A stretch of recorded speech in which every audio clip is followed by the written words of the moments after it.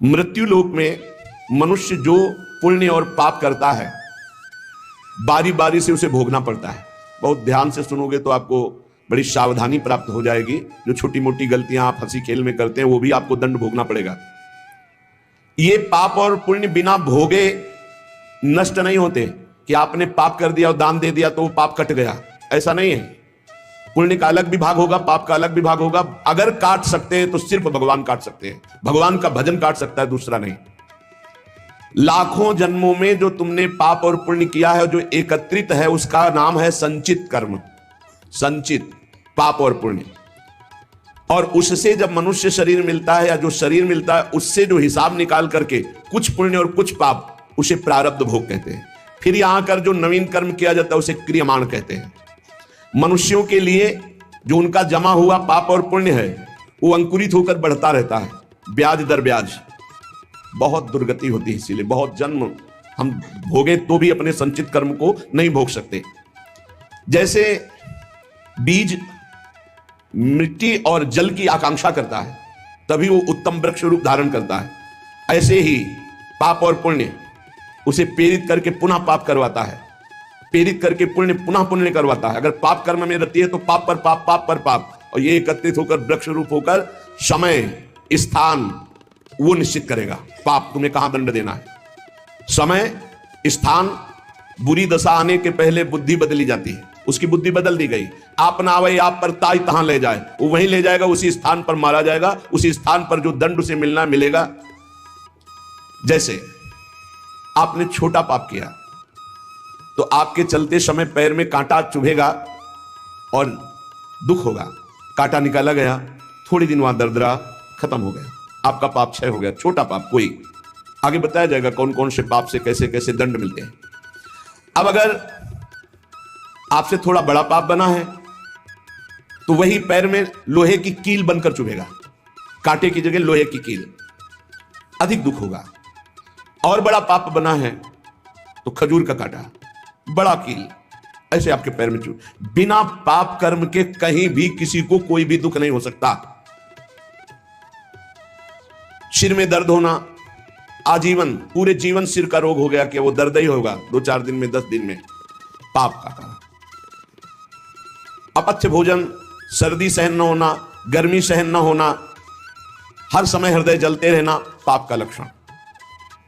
भिन्न भिन्न पाप भिन्न भिन्न प्रकार के दुख देते हैं दीर्घ काल तक। शस्त्र और अग्नि आदि का भय ये पाप के कारण होता है। अनेक जन्मों के संचित पाप कोई इसी जन्म के केवल नहीं है, वो केवल मंडराते रहते हैं आकाश में दंड देने के लिए, समय इंतजार करते हैं। जैसे नरक में पड़े हुए जीव तुम देख रहे हो, घोर पाप का फल भोग रहे हैं। केवल दिखाया गया था नरक, जानते हो किस बात से? कल याद होगा, सुमति जी ने पानी पीने जाने वाली गौओं को वैश्य कुल में 7वें जन्म में जन्मे जब थे तो उन्होंने उनको नहीं पीने दिया, इसके अपराध से उनको नरक दिखाया गया था। तो वो यमदूतों से प्रश्न करते जाते हैं और उनका उत्तर यमदूत देते जाते हैं। ये जो तुम देख रहे हो तड़पते हुए जीवों को नरक में, महापापी लोग हैं, अपने पाप का फल भोग रहे हैं। जब कोई पुण्यात्मा होता है तो स्वर्गलोक में जाता है, देवताओं के साथ रहता है, गंधर्व उसका गुणगान करते हैं, अप्सराओं का नाना प्रकार से सुख उठाते हैं। और जब पुण्य भोग क्षीण हो जाता है तो फिर यहां आकर के मनुष्य लोक में अपने कर्मानुसार जन्म लेते हैं। राजन, ये जो तुमने पूछा कि किस किस पाप से पापियों को कौन कौन सा नरक में दंड मिलता है, वो मैं बतला रहा हूं। जो नीच मनुष्य कामना और लोभ के वशीभूत होकर दूषित दृष्टि से हर स्त्री को भोग भाव से देखता है, जिसको देखता है बस काम भाव से देखता है। बोले जो दुष्ट दूषित भाव से माताओं बहनों को भोग दृष्टि से देखता है, तो यहां बड़ी बड़ी चोंच वाले वज्र के समान जिनकी चोंच ऐसे गिद्ध बार बार हजारों वर्ष उनकी आंखों को नोचते और खाते रहते हैं, वो आंखें बार बार होती रहती हैं, बार बार निकालते, यही वहां है कि मरना नहीं है। उनकी दोनों आंखों को वज्र तुल्य नरक के पंछी बार बार निकालते हैं और खाते हैं, और उनके पुनः नए नए नेत्र उत्पन्न हो जाते हैं। इस पापी को पलक झपकने तक के लिए विश्राम नहीं मिलता, निमिष तक के लिए कि थोड़ा चैन मिल जाए, महान दुख होता रहता है। हजारों वर्ष तक उसको इस नेत्र दर्द पीड़ा भोगनी पड़ती है। और फिर जब मृत्युलोक में जन्मता है तो नेत्र रोगी पैदा होता है। वो यहां पैदा होगा नेत्र रोगी, या नेत्र ही नहीं है या नेत्रों में दिखाई नहीं दे रहा, कई तरह के व्यवधान, जिन्होंने नेत्रों का दुरुपयोग किया। अब जिन लोगों ने जिनको तुम देख रहे हो इनकी जबान काटी जाती है, बार बार जबान नोची जाती है, ये वही लोग हैं जो शास्त्र का गलत उपदेश किए हैं, गलत अर्थ किए हैं, अपनी वासना की पूर्ति के लिए शास्त्र का गलत प्रयोग किए हैं, जो किसी को गलत सलाह दी है, तो इनकी जबान बार बार छोटे छोटे हिस्से में तलवार से काटी जाती है। शास्त्र का उल्टा अर्थ बताया, उसकी जबान को वहां हजारों वर्ष काटा जाता है। खिलवाड़ नहीं, प्रश्न उत्तर कर देना। अगर आपका उत्तर गलत है तो आप नरक जाएंगे। प्रश्न करता तो आप पर श्रद्धा करके पूछ रहा है और आपने मनमानी उत्तर दे दिया और वैसा आचरण कर दिया तो उसको पाप नहीं लगेगा, पाप आपको लगेगा क्योंकि आपने आदेश किया है और आपकी दुर्गति हो जाएगी। इसीलिए अनाधिकारी को जब जनक जी महाराज विदेह राज ने पूछा, निमि जी ने नवयोगेश्वरों से कि मैंने यही प्रश्न कर्म के विषय में सनकादि से पूछा था, वो मौन थे, कोई उत्तर नहीं दिया, क्यों? तो बोले उस समय आपका ज्ञान जागृत नहीं हुआ था, आप उस समय अनाधिकारी थे, कर्म का बड़ा सूक्ष्म विषय होता है, इसीलिए वो मौन थे। ऐसा नहीं कि हर प्रश्न का उत्तर फटाक से दे दे और वो गलत है अगर उत्तर तो शास्त्र सम्मत नहीं है तो उत्तर देने वाले को नरक का दंड मिलेगा, उसकी जबान हजारों वर्ष वहां काटी जाएगी। जो शास्त्र का गलत अर्थ करता है, जो शास्त्र को अपनी वासना पूर्ति के लिए घुमा करके बोलता है, जो किसी को बुरी सलाह देता है, उसकी जबान यहां काटी जाती है, जो देख रहे हो। और हे सुमति जी, जो वेद की निंदा करते हैं, देवताओं की निंदा करते हैं, संतों की निंदा करते हैं, वैष्णव की निंदा करते हैं, गुरु की निंदा करते हैं, गुरु पर दोष दृष्टि करते हैं, गुरु को वक्र दृष्टि से देखते हैं, क्रोध दृष्टि से, उन सब को यहां भयंकर वज्र तुल्य वाले जिनकी चोंच है, ऐसे पक्षी गिरा गिरा करके उनके अंगों को नोचते हैं, जबान, आंख और उनके शरीर के अंगों को। जितने निमेष तक उनके द्वारा ये जिह्वा जनित पाप हुआ है, उतने हजार वर्ष तक उनको पक्षी नोचते हैं। जो नराधम बिना दोष के दो मित्रों में फूट डाल देते हैं, एक दूसरे की चुगली करके, पिता पुत्र स्वजन में भेद पैदा कर देते हैं। और जो पुरोहित, बहुत ध्यान देने योग्य बात, अनुष्ठान का संकल्प लेता लेकिन अनुष्ठान पूर्ण नहीं करता, जजमान को क्या पता। जो पुरोहित जजमान से नियत संख्या ले ली धन और अनुष्ठान पूरा नहीं किया, या जो अपनी माता और पिता का अपमान किया, जो अपनी शरणागत, अपने अर्धांग विराजमान पाणी ग्रहण की हुई पत्नी का विविध प्रकार से अपमान और शोषण किया, वो यहां आरे से चीरे जाते हैं हजारों वर्ष तक। दिखाया, देखो ये बीच आरे से आराम आराम से एक एक अंग चीरे जाते हैं। उस पुरोहित को भी दंड मिलता है, उस पुत्र को दंड मिलता है जो माता पिता का अपमान, उस पति को दंड मिलता है जो पत्नी का शोषण, उस पत्नी को दंड मिलता है जो पति से छल करती है। आप खुली आंख इनकी दुर्गति देख सकते हैं।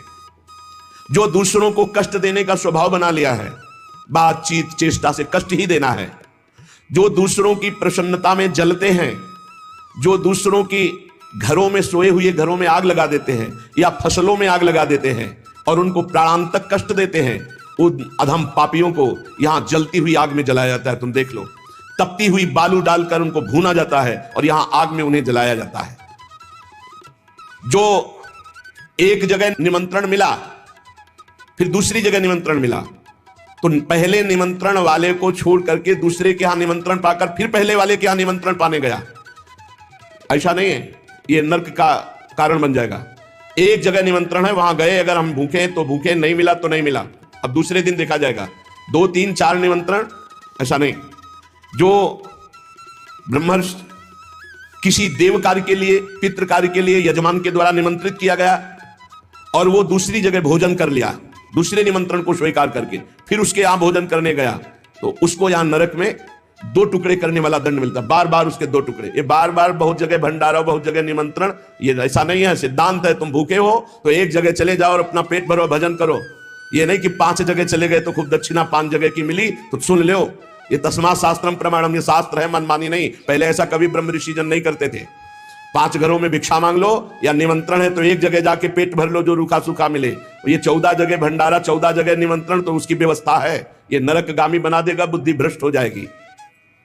जो सदैव कड़वी बातें बोलकर लोगों के दिल पर चोट पहुंचाते रहते हैं, कुछ लोगों का ऐसा स्वभाव होता है, जब बोलेंगे तो हृदय की पीड़ा प्रकट हो ही जाए, ऐसा उनका है। ऐसे हैं, ऐसे हैं, वो ऐसे बोलते हैं कि अत्यंत पीड़ा दे। ऐसा करने वालों को यहां के पक्षी टूट पड़ते नरक में लाते हैं, नोच नोच करके उनको खाते हैं। जो यहां किसी की चुगली करता है, उसकी जिह्वा तेज छुरे से बार बार ऐसे ऐसे चीरी जाती है, फिर पूरी हो जाती है, फिर चीरी जाती है। जिन्होंने उद्दंडतावश अपने पूज्य जनों का अनादर किया, उनको मारा, पीटा गुरुजनों को, अपने गुरु को, माता को, पिता को, बाबा को, पितामह को। ये पूज्य जन है, ये गुरु के समान पूज्य है। जो अपने गुरुजनों को, पूज्य जनों को अनादर करता है, दंड देता है, मारता है, पीटता है, वो देखो ये कुंड बने हैं विष्ठा के, पीब के और मूत्र के। मूत्र का कुंड, विष्ठा का और पीब का, नीचे करके मुख उन्हीं कुंडों में डाल दिया जाता है, ऊपर से पैक कर दिया जाता है। हजारों वर्ष वही खाओ वही सड़ो, कितना भयानक कष्ट है। नीचे के मुख करके उसमें डाल दिया जाता है।